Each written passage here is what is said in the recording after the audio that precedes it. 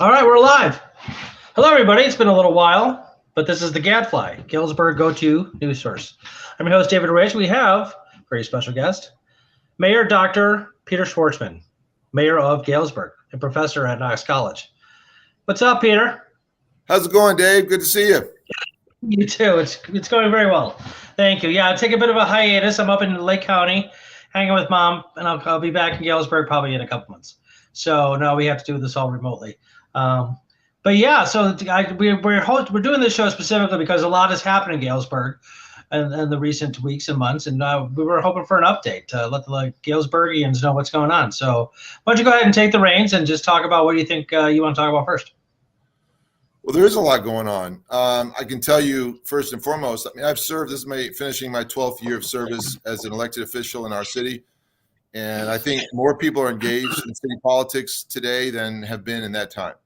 And I think that's a wonderful thing. Now, as we'll get into, I mean, part of that is there are contested issues. And so people are waking up. And we can talk about those. I think it's important to note, though, as I've said and felt, why I ran for municipal office in the first place, I feel there's a lot of power in the local government. That is the people that live in this city, myself included, right? We are closest to our elected leaders and officials at this level. And, as people probably know, or haven't, maybe it's the first time, my phone number is a direct line directly to me. There's no intermediary secretary such that answers the calls. And my email goes directly to me. No one on the staff of Gales City reads my emails prior to me reading them. And I try to respond, and I think I've been pretty good at responding to every single one I receive.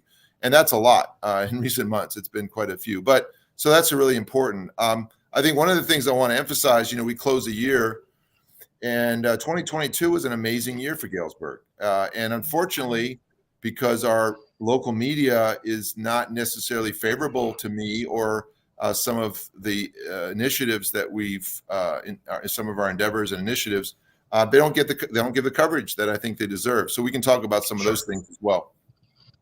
Yeah, absolutely. I want to hear all about this. First of all, let me note that it's happy birthday. It's your birthday today. And honestly, David, I know you contacted me a few weeks ago to see if I would be willing to discuss this on this particular day because you have your show on Mondays typically. Yeah. And even though it was my birthday, I was very excited to meet with you because, as I just said, I mean, we need alternative media to provide different messages. I'm happy to meet with the media whenever and wherever they wish. And as we'll maybe get into, there have been a couple of things that I think are worthy, very much worthy of press that have received no press in our community. And that's problematic. So, be it as it may, I think we are indebted to people like you who are willing to take the time out of your busy schedule and serve the community in the ways you are doing. And I'm very thankful to you and others that do that. Well, thank you very much. It's my pleasure. That's why I moved down to Galesburg, is to help out. And like I said, it's just a little bit of I do gardening down there. That's the main goal. I mean, media as well. So I just kind of came up here for a few months, hanging out with Mom. She's alone during the holidays, that kind of thing. And I'll be back soon, promise. And we'll get this up and running. But thank you for that. Okay, well, why don't we start with the midterm elections and like the local elections down there? That might be a good jumping off point for the rest of these issues. Right. So our city governance is we have 7 city council members and the mayor who doesn't vote unless a tie, which is very rare. Right. And then we have a council manager form of government. And so that means that the manager is the boss, essentially. And so he currently, Mr. Smith, oversees all of the workers, the 250 workers that work in the city. And so with that background, those positions, the 7 and myself, the 8 positions, we get elected every 4 years. And the 7 councilors are broken into 7 wards, which are geographically determined. And the people that run in those wards have to live in those wards. There are no at-large councilors. And those elections happen every other April. So our municipal elections will occur, I believe it's April 4th. It's a Tuesday. And we have 4 contested races. So they're the odd years, right? So 2023, there are 4 positions up, Ward 1, 3, 5, and 7. And then in 2025, there'll be Ward 2, 4, and 6, and the mayor. And so people have submitted their signatures to be on the ballot. We actually have contested races in all 4 of the wards that are, like I mentioned, 1, 3, 5, and 7. And it's going to be very interesting. It's the first time we've had 4 contested races in a while. 2 years ago, actually, I ran unopposed.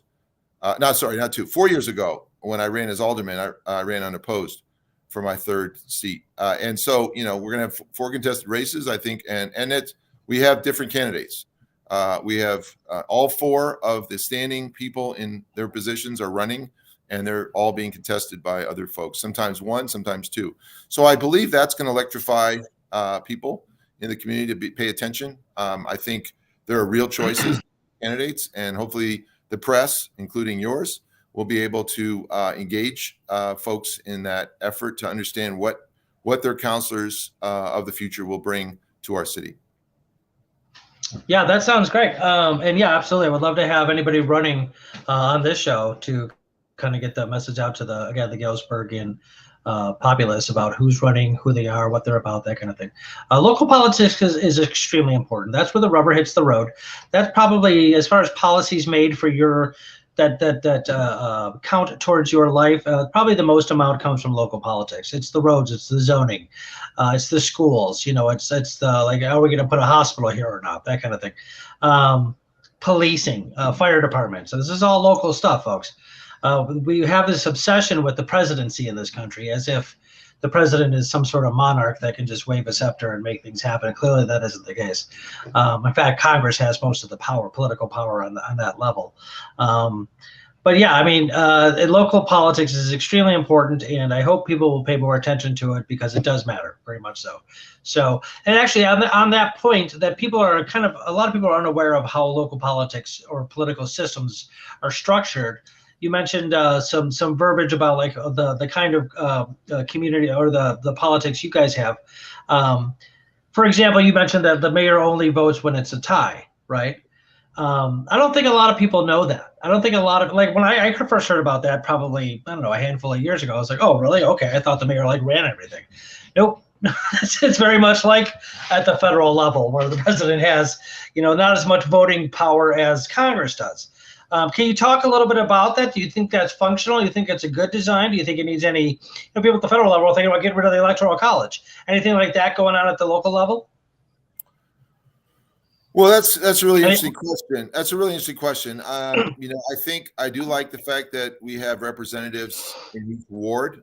I think many other cities do it via at large, and that allows one geographic area of the city to have a preponderance of influence. And I think the fact that our influence is distributed across the entire geography of the city is very important. I like the fact that they're elected every 4 years, and I wish more people would vote, but that's a separate conversation. I think that the fact that I don't vote, and I don't think I voted actually since I've been elected, almost 2 years now. I don't think I voted on anything because it has to be an unusual situation where only one member of the council is missing from the meeting.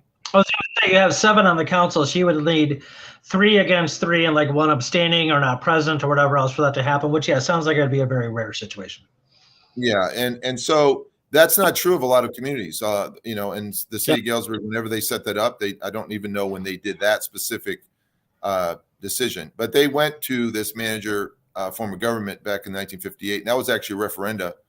And cities all over Illinois voted, and they could have a strong mayor or what's called a weak mayor. And I occupy the weak mayor position, which means I don't vote. And I also am not the boss as it relates to all the employees. And I'm compensated accordingly, right? So the mayor in Galesburg makes $12,000 a year.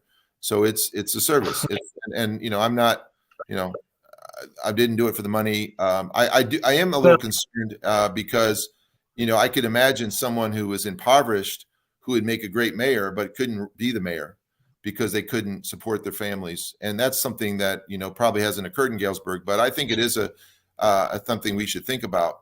And I'll just tell you, as a counselor, you make $5,000 a year, and I've talked to people about that, and I encourage them to run because I want more people engaged, right? And when I tell them, they ask me how much you get paid, and I tell them, and they say, I'm not going to waste my time doing that, or like I can't afford it. So that's an issue, right? That's an issue. But nonetheless, our city manager is properly compensated. This is a very professional position, lots of education and experience, as are our department heads across the board. But that's different, right? There are cities even very close to Galesburg that have a strong mayor, and that's a full-time job, and with it comes the responsibility and the compensation that you might expect. One thing I would say, we run, or have historically run, all the city councilors as well as the mayor have run as independents. Now that's a choice.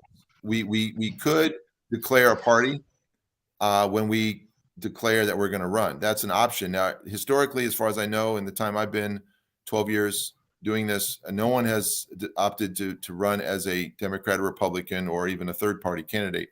We run as independents. And I think that's a good thing, frankly, especially given all the rhetoric we hear at the national level. I think people are judged just based on whether they have a D or an R on them, and that disallows the public an honest like treatment of these people, particularly third-party people like myself, right? I mean, I think it like, who are in the debates? We tend to think there's only 2 presidential candidates. Well, there's a lot more than that. In some states, there's many more than that. But yet those third-party people get no attention, and that's become increasingly a problem at the national level. Thankfully, I think at our city level, it is not that way, and I encourage that. But I will tell you, in the state of Illinois, they made some changes in the laws related to how you run and whatnot.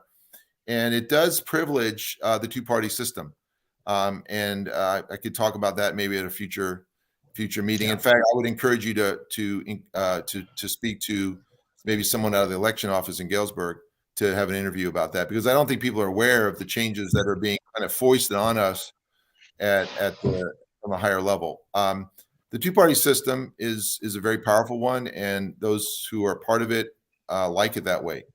And so, as you might see, politics is a dirty business, and it's kind of that dirtiness is percolating down to the local level. And I would reject that. I think I like the fact that we're all independents, that people can judge us not on the basis of whether we're red, blue, or green, or purple, that we're human beings, that we live in this community and we represent something. Now, I will tell you, though, at the county level, we just had the county elections in November, and every one of those candidates runs as a Democrat or Republican, and that had a lot to do with the outcome, frankly. And I heard from some folks who, of course, did not win a seat, and they felt like they were brandished in a negative light because of that. There's a lot of effort at the national level for people to vote, all R or all D, without any thought about who they're voting for, or what they represent, or what their history is, or what their voting record is, or what their personal life story is. And that's really problematic. And I'm really sad to see that happen. And I don't want it to infect our community. But of course, at the county level, at some level, it already has. And that's not to speak ill of anyone who won in the most recent local election, county election. No, but it's just, I think it's problematic. And I can see the effects of that in invading, local politics. So. Yeah, no, that's very true.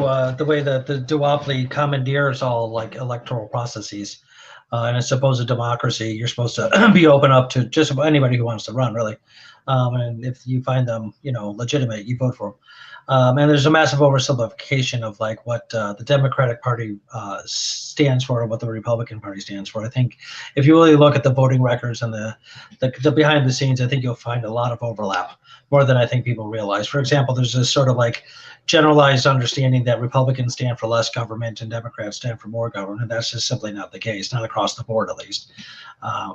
The greatest deregulation of Wall Street happened under Clinton. The greatest deregulation of the airlines happened under Carter. One of the greatest tax hikes in the history of the country happened under George Bush Sr. And we can go on and on and on and on about how these lines that people like perceive that exist don't. But yeah, it's easier to attack an opponent if you generalize their character instead of seeing what the individual is actually supporting. At the end of the day, you're voting for ideas. You're voting for policies that should be implemented, that you feel as though should be implemented. And the entirety of politics in America is a giant ad hominem, circumstantial, which is a fallacy in reasoning. Is what background or situation or circumstances does this person belong to matters more than the person themselves, that kind of thing, or the policies that they advocate. So anyway, okay, cool. Why don't we go, speaking of, let's go to the issues going on in Galesburg. Last Monday, something big happened. What happened? Well, there are actually a lot of things, but the thing that got the most attention was, we did a community survey in the summer, which was a cost about $30,000 to do, which is a lot of money. And it was the first scientifically defensible survey that we've ever done, as far as I understand. And what it did was it got real data from a carefully selected random sample of residents, and it projected information on a whole range of topics. So what they thought about the police and the service, the fire service, the roads, the responsiveness of government, a whole range of things, right? And thankfully, 433 residents actually sent those in. And from that, we actually looked at the demographics of those residents, and we don't know the names or the locations, but we got a very good representative sample. And the thing that the residents said they wanted most, number one priority, was to repair and maintain our roads. Our roads were not in good enough quality for the people that responded. And I felt, as my responsibility as mayor, to find a way to increase our budget to handle the roads in the future. And simultaneously to this survey, one other thing that came out of the survey was some information about the need for, or the desire for, a community center, which had been something I'd been working on, and I even ran my campaign around. And for thankfully, and not surprisingly, 62% of the people responded that they would support a community center development by the city. So those are the two priorities I felt: one social and one infrastructure. And so I did my research. I looked at different ways to increase revenue or find revenue for roads. And the least painful way I decided would work with in consultation with the city manager and other people in the city government was to increase our sales tax by a 0.25% increment. And that's what I put that on the docket for discussion. And it was two readings. So it took 2 weeks for us to have discussion. I held a special session. There was some hysteria around the tax. I mean, I know, there is inflation concerns, and there's other concerns, and there's other bodies raising taxes and historically raising taxes. Even my predecessor, who occupied the mayorship for 8 years, he raised a new tax called the utility tax, which actually turns out to be about 2.5 times the size of the tax that I was offering as a way to handle both the roads as well as this community center renovation. And yet there was 10 times probably the amount of hysteria around it as opposed to the tax that he proposed. And so I had to take that. I obviously want to listen to the community. I held a special meeting where I believe about 45 people spoke in a 2-hour period, which was an amazing show of interest and concern and support. And it was kind of at that meeting, I did some math. It was like 25 people were in favor and maybe 20 people were against the tax. And some were against the tax because the community center was part of it. Some were against the tax because they're just against taxes in general. But the bulk of the people who were in favor, the majority at that meeting who were in favor, spoke very strongly about the need for roads and for the need for a community center. really honing in on some of the problems we're having with our youth and a way to remedy that and to deal with that directly. So that was really profound. That was a profound showing. So then at the final reading this past Monday, on the vote for the incremental tax, the council voted for, after listening again to this time about 27 residents who spoke. In this case, there were 24 that spoke in favor and 3 that spoke against. So there had been a shift in the amount of support for this initiative. The council voted 4-3 in favor of it. Now, what that tax does, that tax won't go into effect until July of next year. It will raise, in any given year, it will raise approximately $950,000. Oh, And wow. I've done the research. And, we've communicated some of this through a very significant document called the Executive Summary on this community center project, which anyone can access via the city website. And that document and further research of mine, I suggest that somewhere between 55 to 65% of that money will be spent on roads and infrastructure, which is roughly about $500,000 to $600,000 a year, which is in addition to what we do now. Now, currently, I think next year we have budgeted about 400 and some change $1,000 for roads and infrastructure, that form of extra infrastructure. Well, we're going to double that through this tax, and that's it's gonna help us catch up. It's going to meet. It's going to speak to the people who were telling us that the roads are inadequate, right? So that's what government's supposed to do. This is representative government. The people spoke. We did a comprehensive survey. We just didn't go around and ask a few people that we know and our friends and our family members. We asked the general public, and people said, "Well, you only 433 people responded, so I'm not one of those 433. So you didn't listen to me." Well, it doesn't work that way, unfortunately. Okay, I'm a scientist, as most of you know, and this was a scientific survey done by an organization that runs surveys like this all over the country in thousands of communities, and we trust their numbers, and we're going to respond to their numbers. And their numbers, frankly, didn't surprise me because when I campaigned, I walked door to door. I heard a lot of people talk about the roads. And I also heard people, when they saw my card and it said community center is one of my top priorities, said, yeah, we need something for the kids. And I would point out that when we say the kids is what the community center is for, I want to clarify something. It's not just for the kids. The kids need mentoring. The kids need love, right? The kids need direction. They need good role models. Now, they go to school, but school, one place kids go, but what are they going to do during the summertime? What are they going to do after school? What are the productive things that they can do, engage with? And, community center is a place where people of all ages can get together and work together to learn new things, try new things, and dream about Galesburg. Frankly, I think it'd be a great place. I can talk about this for hours because I'm very excited about the prospects of our new community center. And, it won't open probably for a year. Because we have to do a lot of work to make it right. But when it does, I've already heard people willing to come, and many people willing to volunteer time to teach their love, their passion, whether that's, origami, whether that's woodwork, whether that's music, whether that's maybe Scrabble, like me, right?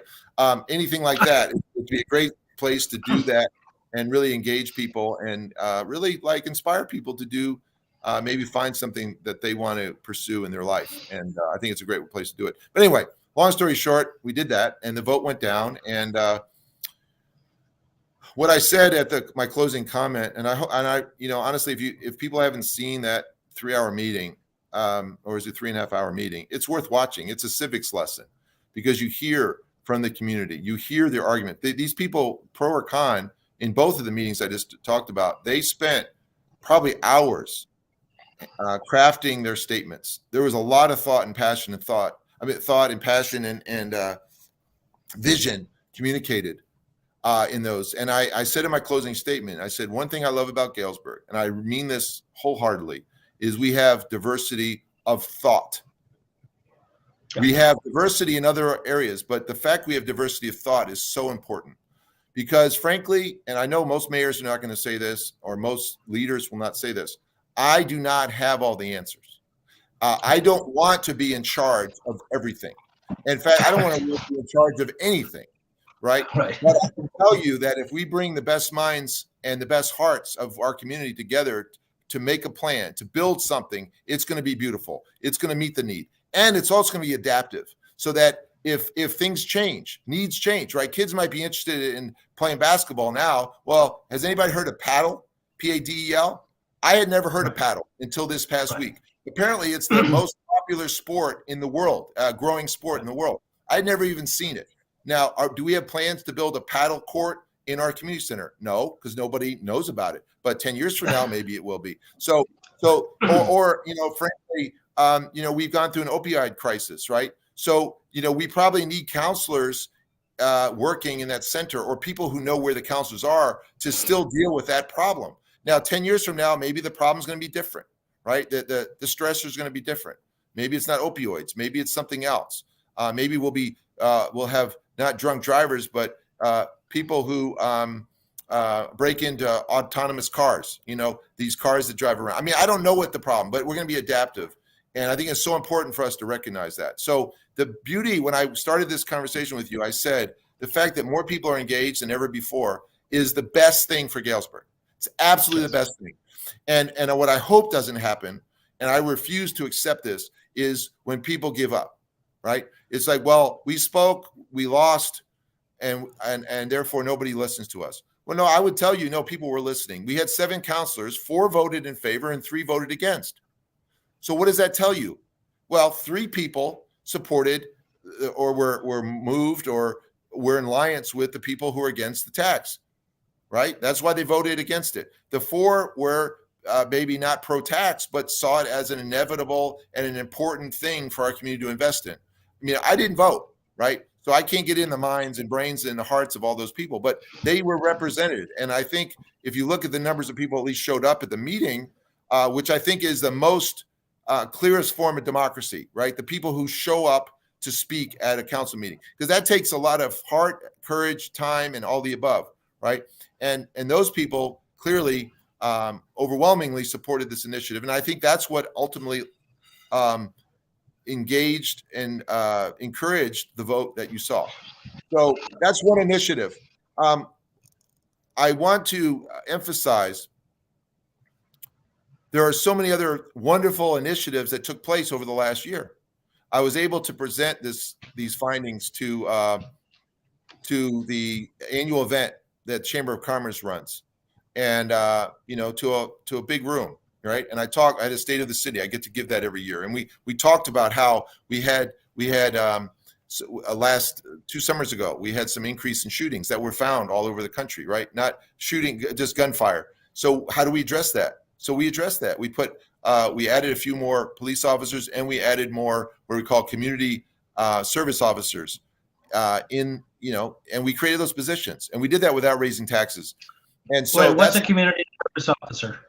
Well, it's essentially they're not a registered police officer, right? They don't go to the police academy, right? They don't. They can handle a lot of the things that police have to deal with in our modern environment, right? They handle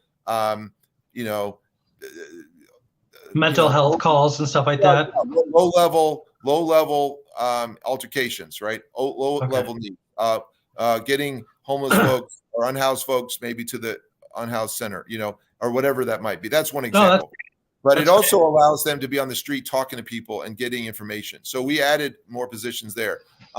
We listened to our police officers and our fire department this past year. They're having tremendous challenges with overtime. They're overworked. They're stressed out. They want more free time. So we figured out ways to do that. In the case of the fire department, we added 3 new firefighters for next year. That's a wonderful thing. In fact, it's probably a cost neutral effort because the overtime is so high that that money would be spent on new people, and it's going to reduce the stress. It's the quality of life issues. If we have police and fire people who live in the area and they're totally stressed out, that's the worst case scenario, right? That's the worst case. So we responded to that, and I'm very proud of the way our council. Those were unanimous. Those were unanimous decisions. The budget, which usually gets the most attention, Actually, it was passed without any resistance whatsoever. So, Wow. now was that the headline in the newspaper or on the radio station? Absolutely not. I bet you if you ask an average citizen, what did the budget pass? They don't know because they haven't been Right. told.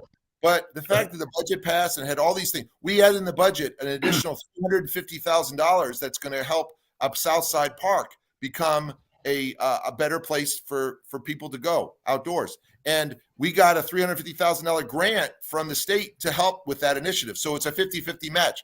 That park will be enhanced this coming year. That is big Awesome. news.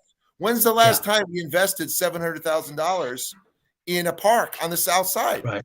So let's draw on that, and let's and I have more to say. I talk for Please 8 do. minutes, Take but it.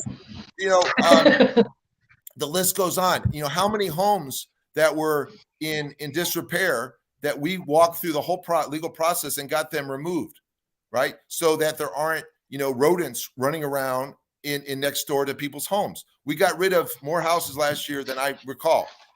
We actually we created a program for people who are struggling with the cost of living.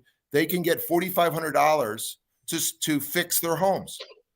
And and it's been a wonderful program. People are taking advantage of it. So this is something. What else did we do? We started 8 new businesses, startup businesses that are either minority owned, which includes women owned, and or on the south side.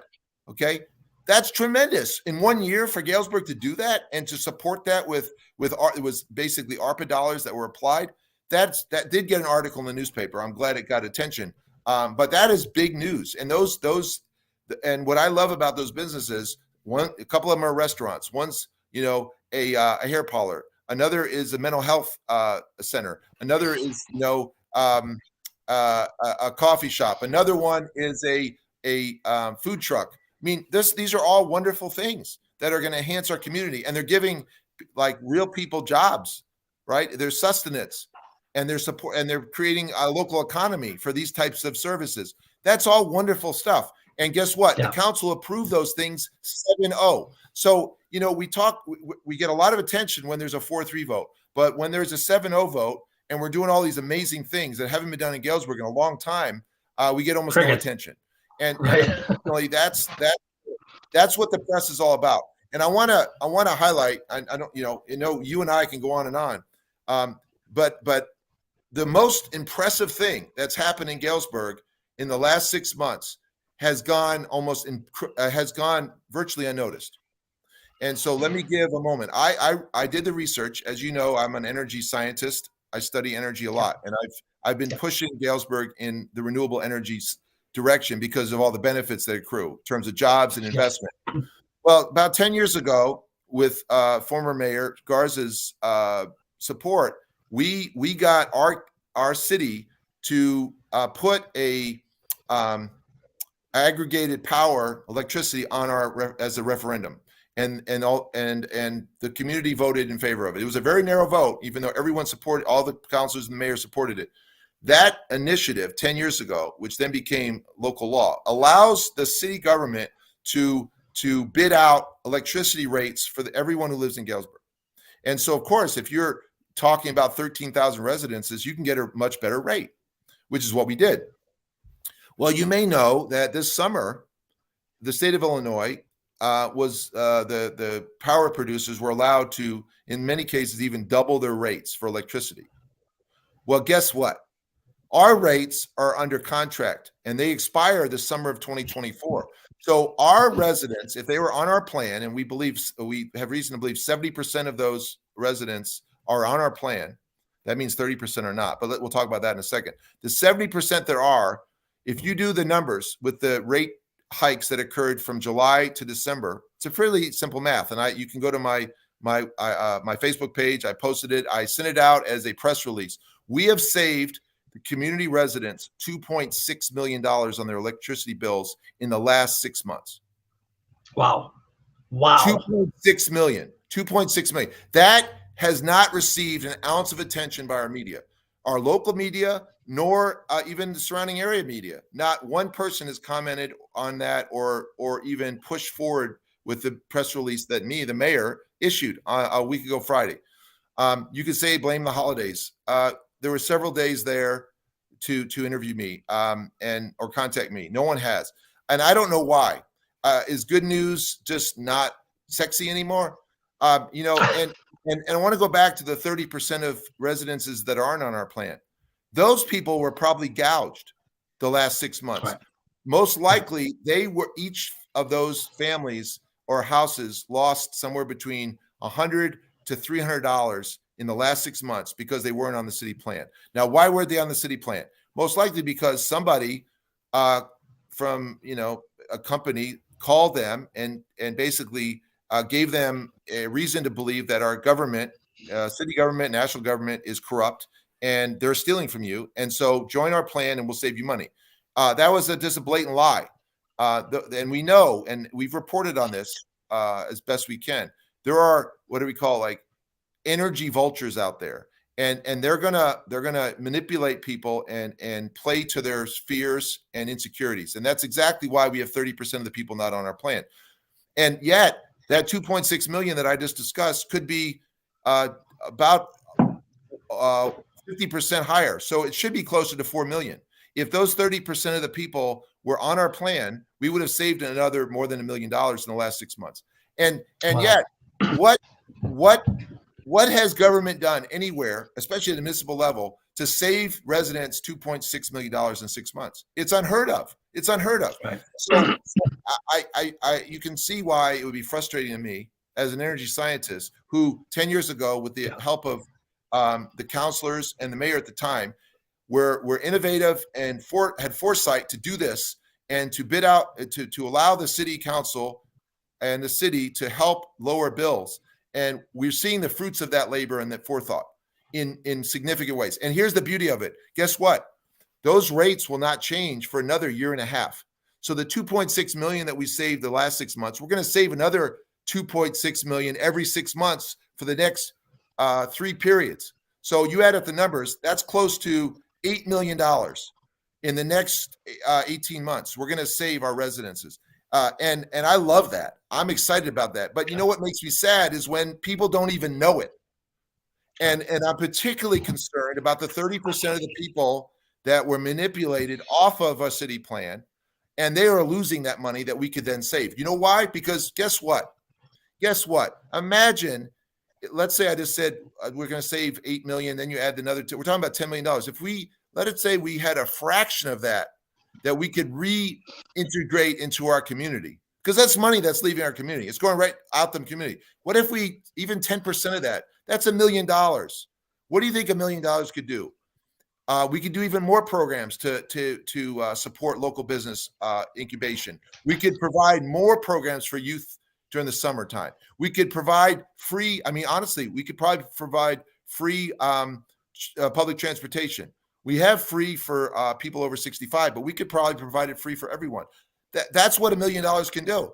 But it's $1 million that's going right down the toilet, basically, because people are misinformed and people are being gouged, or they're being manipulated by these folks. But furthermore, the media is not covering this. The media, I think, you have media credentials, right?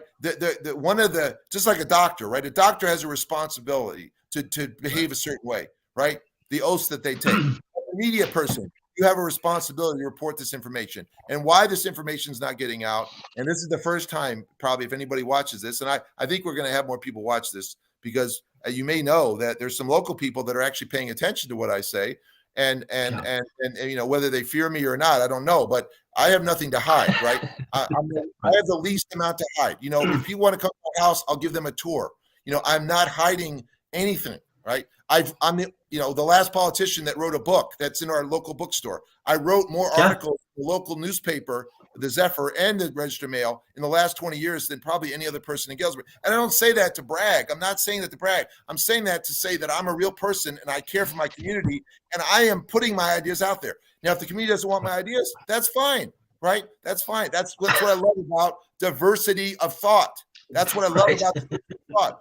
And that's what it's all about. Let's get the ideas out there. Let's move this community forward. And I'm so glad I had an opportunity today. And this is my birthday, so I'm excited. I'm excited. Happy birthday!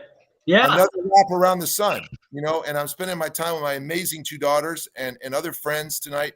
And it's a beautiful day. It's a beautiful day, and it was snowing today, and it was so beautiful to be outside and see the beautiful snow. And I know it's been cold, and I know it's tough, but we're a resilient community, and we're gonna get through this, and we're gonna make Galesburg, like I said in my subscript, the best city in the world. But we have to think we can do it. And the energy issue is just the tip of the iceberg of what's possible. Okay, it's just, I'll give you one other example. Right now in Galesburg, I track this because it's important. The last 2 years, this year and last year, $11 million each year was lost in our what we call our gaming machines in the city. $11 million. What do you mean it was lost? The people put the money in and they didn't get it back. That's what I mean by lost. Oh, so it was lost to the people, not to the city. The city's making right. No. Okay. So this is how the economics work. This is the state years ago. In 2012 was the first year they introduced this opportunity for small municipalities to have gambling machines or gaming machines. When they first let it out, there were very few of these machines. Now we have 168 in Galesburg. Okay. And those machines take in a net $11 million a year. Now, there's more than 11 that's actually put in them, but obviously people win some. So the net loss is 11 million. Of that 11 million, the city gets back 5% of that. So it's about $600,000. Well, the owners of the restaurants get about a third of it back, 30%. Now, of course, they have to pay fees and there's other losses, but they're getting some of it back. And it's a significant amount of money. It's probably over $2 million. The other 60% goes to the state and goes to Las Vegas, basically. So Las Vegas is extracting $3 to $4 billion a year from our community so that they can provide us an opportunity to gamble. And I mention that because I'm not totally against gambling at all. But I would say that when you have $11 million being sucked out of a community every year, that's not good. That's not helpful. And why are people gambling? I mean, some people gamble because it's fun. They have excess income. I can tell you a lot of people gamble because they're freaking out, right? They're freaking out. They want a way out. They want a way out. They want to hit the jackpot. Right. And our culture teaches them that you put all your money on the line and you can win it and win everything. But as you and I know, most gambling is a losing proposition, right? Just about all of it is. Yeah. Well, yeah. There's 2 casino games you can get a little bit above the house if you do absolutely everything right. Blackjack and craps. But in craps is literally a roll of the dice, so I wouldn't get too excited about that. But just about every other game I know of. And slots are just – we could talk later about slots machines and how the state designs them. Yeah, that's not – no. But my last point there is, though, to me, when I hear we have $11 million of excess money to throw away, I just imagine even if 10% of that was reclaimed, right? 1.1 million.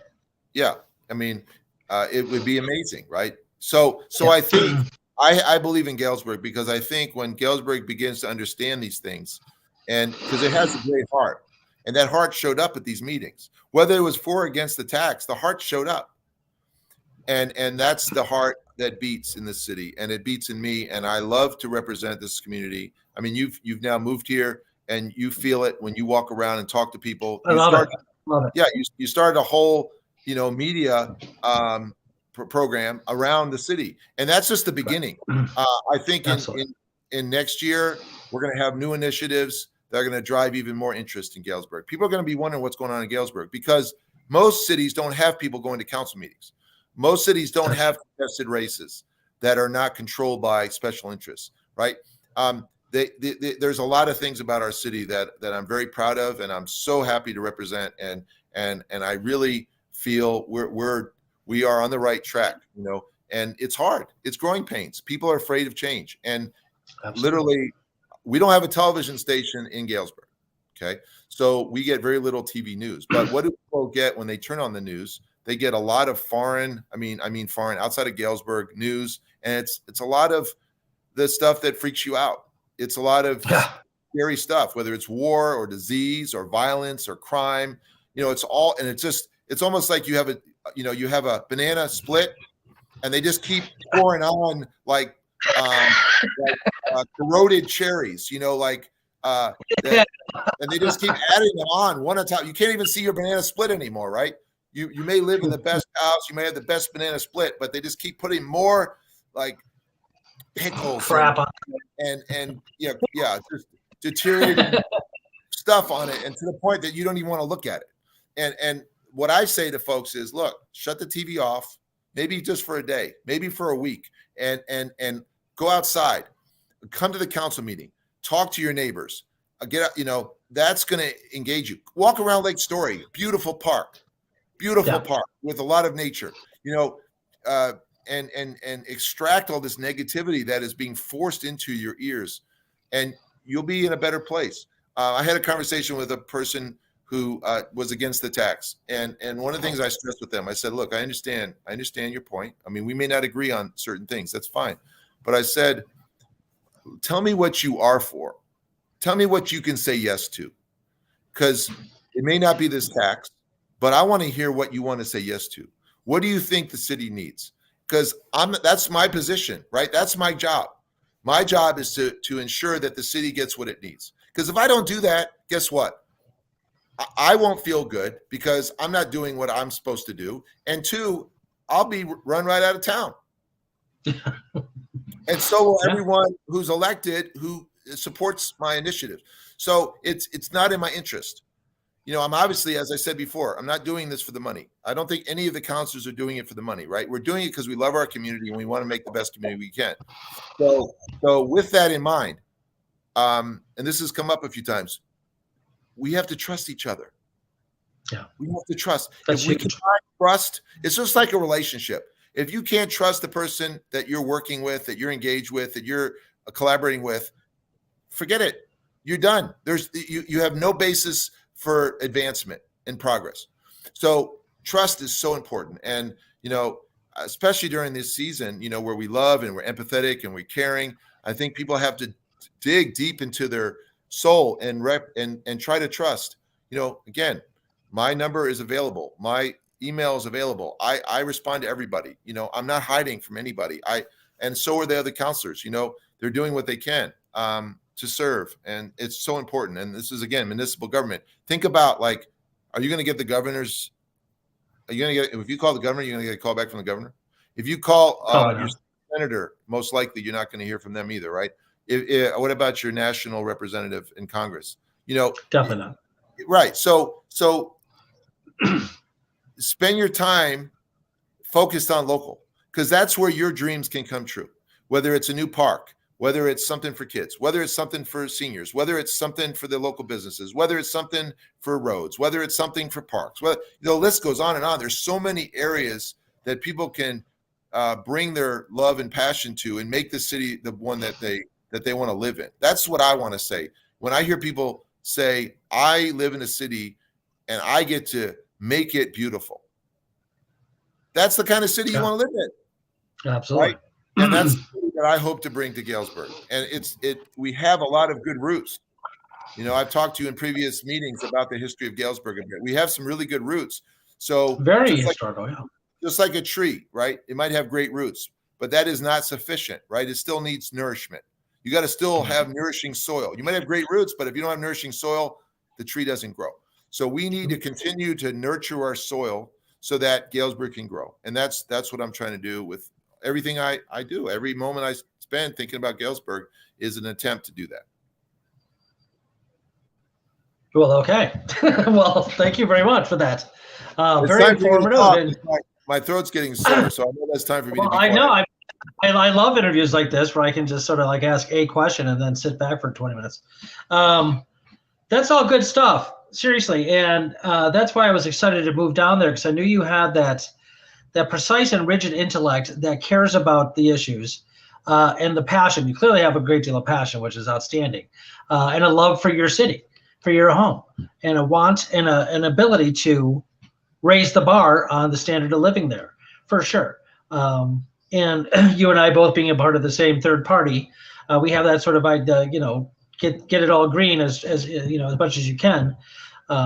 Is another reason why I moved down there, and hopefully I can help you with all that in my own little way, and of course my experience with media as well.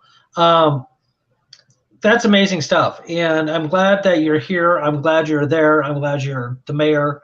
Do you find any sort of like personal scheduling conflicts between mayor stuff and being a professor at a liberal arts school is not an easy task, I would imagine.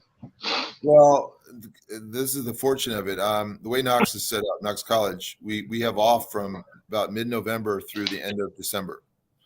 So what do you think I spent the last 6 months of my quote vacation doing? Really just hammering mayor stuff and mayor's duties.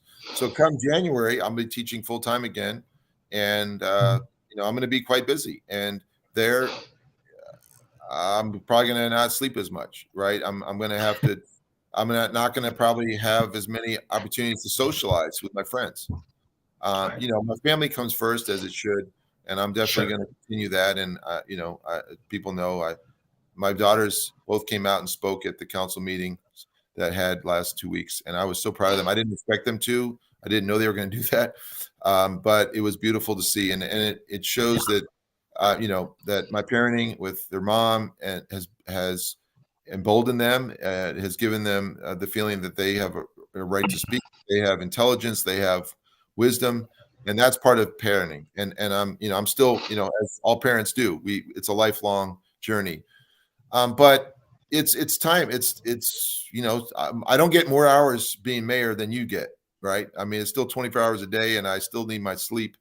I don't have any magic sleeping pills or whatnot. So, and being a professor is my job. That's what allows me to feed myself and my family. So I'll be getting back in the classroom. Actually, it turns out I'll be teaching a course on energy this coming term. If anybody in the community wants to join in that class in some form, let me know. I'm sure I could figure out a way for you to come to class, audit the class, or something like that. Or even see the readings that I'm sharing with my students. I'm happy to do that. Right. That's I do that as a service to the community. But and I'm going to really engage too, because with energy, there's so much going on. It's so new. There's new things every day, and I have to keep up. I have to keep ahead of the students, right? Or they will they will not embarrass you in class. So right. Thing, and it's a wonderful thing to do, and it is a life. It's a challenge to balance my life. People know, I've played a lot of Scrabble in the last 25 years. I'm not playing as much Scrabble now as I did, say, 5 years ago, right? I have a lot more. I prioritize my public responsibilities over Scrabble. Or another way I handle it, I play very fast Scrabble games. There's a way online to play games that are literally a full game of Scrabble you can play in about 3 minutes. And I could prove that. If anybody wants to challenge me to a 3-minute game, I'm happy to show you how I do that. And it's a lot of fun. But it's a way for me to maintain. It's like eating a meal in like 10 seconds. I don't do that because that'd probably be harm for my body. Playing Scrabble in 3 minutes, it satiates my appetite for Scrabble, and which I know it sounds silly, but Scrabble actually is a way for me to get away from a lot of things. It's my meditation. Yeah, it's my form of meditation. Absolutely. You probably whoop me in Scrabble, but I can think of 2 friends of mine that are they're masters of Scrabble, and I should probably connect you through that app or whatever like that, because they're unbelievable. They're unbelievable. So okay, cool. That's very cool. All right, well, cool. Well, we're just about at the end here. So any last minute or 2 things you wanna plug or anything before we go off? Because I got to get to the Elevator Green Party series after this. Well, I want to point out this community center idea is a really big lift, right? And it's huge. That's why it's center and focused. We have a building that we've chosen. Is that the end all be all? No, it's not. Couldn't it be? Well, it depends on how much we're going to invest in it. And I'm not talking about money. I'm talking about time. Like, our community center is only going to be as good as the time that people put into it and the wisdom. And so we're going to have a public forum next month on this topic so we can get more input about the things that are needed in it, prioritizing them. So, we don't spend money that we don't need to. We can put it where it's going to have the biggest bang for the buck. And that's important. I am a steward of the city's resources in that regard, and I take that seriously. I would also point out, unfortunately, people think of a community center as maybe what we had in the past, which the community center the city ran that was sold 10 years ago or 8 years ago, I think, was not much more than a large room that people could rent at a low cost for weddings and gatherings like that. But there's a lot more to a community center than that. And we've, in the last year, I visited a few, I've read a lot about them. I've talked to people, including mayors who have them. And I've been really excited about the prospects, and because it goes without saying, it's a community center. So it's a place where people build community. And Galesburg, I'm relatively new, 25 years now here, has a rich history. But unfortunately, because of all the forces that exist, including our phones and the internet, many of us have gotten away from that, right? We don't see our neighbors as someone important to know and get to know and learn from. We get on the internet and we just occupy our time staring at screens all day. Well, how do you counter that? Well, you got to have a place where you go, where you are put face to face with the people in your community. And I really think it is a stepping stone to building community pride in Galesburg, unlike we've seen probably in many generations. And I hope older folks in our community, they remember the days where we had a lot of community pride. And when people saw Galesburg, that was known, whether it was for our sports teams or for our workers or for, any number of our historical landmarks. But whatever it is, we need to rebuild that. And I think a community center is a place to do that. And so I'm very excited about the prospects. It's still a work in progress, right? So people should know that they have a lot of opportunities for input on this. And we need to be united and build something that we really respect and admire and feel proud of. Because if we have that, we've got everything, right? We've got everything. We got everything we need. We can do it. And I'm excited about the prospects this coming year to get it done and to do it with, it takes a village to raise a child. I would argue furthermore, it takes a village to raise itself, right? It takes a village to raise itself. And so let's raise ourselves and let's pick ourselves up and let's be the Galesburg that I think everybody wants. And I am so excited, right, at the prospects of being there to stimulate and encourage and inspire possibly people to dream big and be big and do great things. Sounds perfectly good to me. That's awesome. And I'm going to be there to help you. So in fact, I could see myself volunteering, teaching gardening classes at the community center. Absolutely. There's a lot of young people that do their own podcasts, right? They want to do their own podcasts, and that they would talk about we don't hear from youth. Well, what better way to get youth involved in community affairs and they can tell their own stories, right? And they can do it in their own way. They're already doing it through TikTok and so on, but it's not being bolstered by an organization and a space. And one of the things I'd like in a community center would be a music lab or a podcast center, a video multimedia center, which would not be very complicated, but it'd be a very attractive thing for young people to engage with. And you might be people who could volunteer to teach them. That'd be awesome. Absolutely. All right. Well, we'll talk further about that because that's an interesting idea. I like that. I'd be happy to be a part of it. All right, everybody. Thank you for joining us here on the Gadfly, Galesburg's new go-to news source. I will make attempts as I'm up here in Lake County to have more shows while I'm here, maybe interview some interesting people such as yourself. But I will definitely be back in a couple months, like March-ish, no problem. And I'll be hitting the ground running for sure. So thank you, Mayor Dr. Peter Schwartzman, for all that you do, all that you have done, and all that you will continue to do, because you're making some great changes in Galesburg. There's absolutely no doubt there. So thank you very much. Happy New Year to you and all the people. And I know this show goes out beyond Galesburg. So if people are interested in possibly moving here like you did, give me a call. I'll give you a personal tour. And I think you'd be really excited about what you'd see. Sounds good. Okay. Happy birthday to you again. Have a great time tonight. And I will talk to you soon. Everybody, thank you so much. Take care.